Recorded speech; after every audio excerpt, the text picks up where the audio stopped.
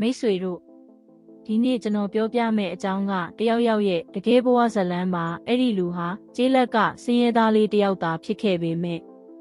စွမ်းအားစိတ်သက်အားလုံးကိုအနိုင်ရနိုင်တဲ့စွမ်းဆောင်ချက်နဲ့ကဘာကျော်စီးပွားရေးသမားကြီးတယောက်ဖြစ်လာခဲ့ပါတယ်။အခုအတူတူခရီးအရှည်ကိုခန်းစားကြည့်ရအောင်။သူ့ရဲ့ဘဝစတင်မှုကအရန်ရိုးရှင်းပြီးအခက်အခဲများရှိခဲ့ပါတယ်။တရွာလုံးမှာအိမ်တွေကစင်းရဲကြပြီးကျန်းပြင်တွေကငွေကြေးမရှိတဲ့အခြေအနေမိသားစုကလဲထွန်ထမင်းစားဖို့တောင်တခါတရံအခက်အခဲဖြစ်နေပါတယ်။သူလည်းကလေးပေမဲ့မိသားစုအတွက်အလုပ်တွေကိုတာဝန်ယူခဲ့ပါတယ်။နေကင်းဘလို့ပင်ပန်း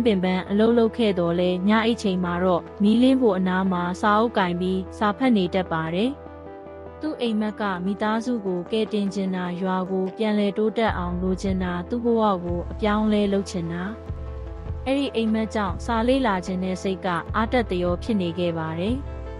ကျောင်းမှာလည်းသူကအလွန်ကြိုးစားသူအခြားသူတွေကစာမလေးလာခြင်းတဲ့အချိန်မှာသူကအိပ်ဆက်ချိန်တောင်အားလုံးထက်ပိုပြီးကြိုးစားပြီးစာဖတ်နေတတ်ပါတယ်။အခုလိုကြိုးစားမှုကြောင့်တက္ကသိုလ်ဝင်တန်းအောင်မြင်သွားခဲ့ပါတယ်။ဒါပေမဲ့မိသားစုအခြေအနေကြောင့်တက္ကသိုလ်ဆက်တက်ဖို့မဖြစ်နိုင်တော့ပါဘူး။အဲ့ဒီအချိန်မှာစိတ်တက်ကြသွားနိုင်တဲ့အခြေအနေမျိုးရောက်ခဲ့ရတာလဲသူ့စိတ်ထဲမှာဘဝကိုလက်မလျှော့ပဲအနိုင်ရမယ်ဆိုတဲ့စိတ်ခွန်အားတွေပြင်းထန်နေခဲ့ပါတယ်။ကျေးရွာကနေထွက်ပြီးမြို့ကြီးကိုရောက်တဲ့အချိန်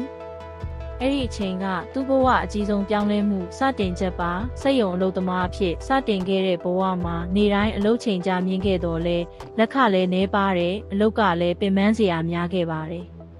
ဒါပေမဲ့သူ့အတွင်းမှာစီးပွားရေးအမြင်တွေပေါ်လာတယ်စက်တွေဘလို့အလုပ်လုပ်တယ်လဲအလုပ်ရှင်တွေဘလို့စီးပွားရေးမှာအမြင့်ရတယ်လဲဆိုတာကိုလေ့လာတက်လာခဲ့တယ်နည်းနည်းအချိန်ရသလောက်စီးပွားရေးစာအုပ်တွေဖတ်အွန်လိုင်းတက်တဲ့နည်းပညာတွေလေ့လာအဲ့ဒီအချိန်ကသူ့ဘဝ foundation တည်ဆောက်တဲ့အချိန်မှာ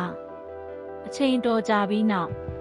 သူကကိုယ်ပိုင်လုပ်ငန်းစတင်ခြင်းနဲ့စိတ်ကူးနဲ့ရှေ့ဆက်ခဲ့ပါတယ်အစပိုင်းမှာတော့အောင်မြင်မှုထက်အရှုံးတွေပိုများခဲ့ပါတယ်လက်ထပ်လိုက်တဲ့ဇနီးတွေကဒီအလုပ်မအောင်မြင်နိုင်ဘူးလို့ပြောနေခဲ့တော့လဲသူမယုံဘူး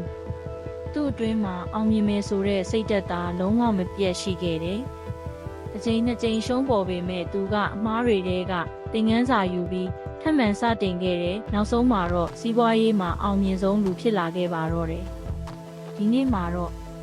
အဲ့ဒီစင်ရဲသားလေးဟာကဘာကျော်စီးပွားရေးသမားကြီးဖြစ်နေပြီးမိမိရဲ့အဖွဲ့အစည်းကြီးကိုဦးဆောင်ပြီးကဘာတဝမ်းမှာအကျိုးသက်ရောက်မှုထုတ်နိုင်နေပြီ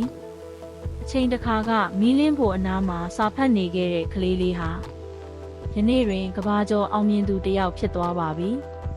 သူ့ဇလန်းကတယောက်အတွက်တကယ်အမှန်တကယ်အားပေးစရာဖြစ်ပါတယ်ဘဝမှာခက်ခဲမှုတွေကြုံရတော့လဲမလျှော့မနှုတ်စိတ်တက်မကြပဲစူးစမ်းသွားမယ်ဆိုရင်အောင်မြင်မှုရနိုင်ပါတယ်ဒီဇလန်းကတင့်ကိုလည်းမလျှော့ပါနဲ့လို့သတိပေးနေပါတယ်